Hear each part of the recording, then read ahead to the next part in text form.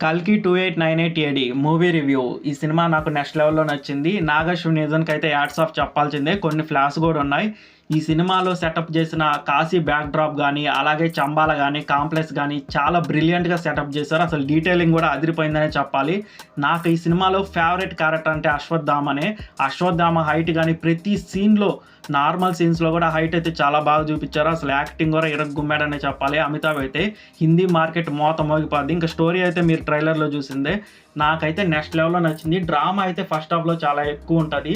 First half అయితే కొంచెం అక్కడక్కడ కొన్ని మైనస్ పాయింట్స్ ఉన్నాయి. సెకండ్ హాఫ్ అయితే కంప్లీట్‌గా నెక్స్ట్ లెవెల్‌లో ఉంటది.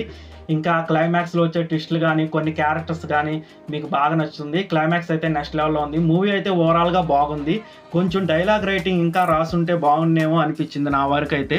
రైటింగ్‌లో కాన్సంట్రేషన్ చేస్తుంటే ఇంకా నెక్స్ట్ లెవెల్‌లో ఉండేది. మీకు మూవీ ఎలా అనిపించిందో కింద కామెంట్ సెక్షన్‌లో చెప్పండి. వీడియోని లైక్ చేయండి, షేర్ చేయండి. ఛానల్‌ని సబ్స్క్రైబ్ చేయండి.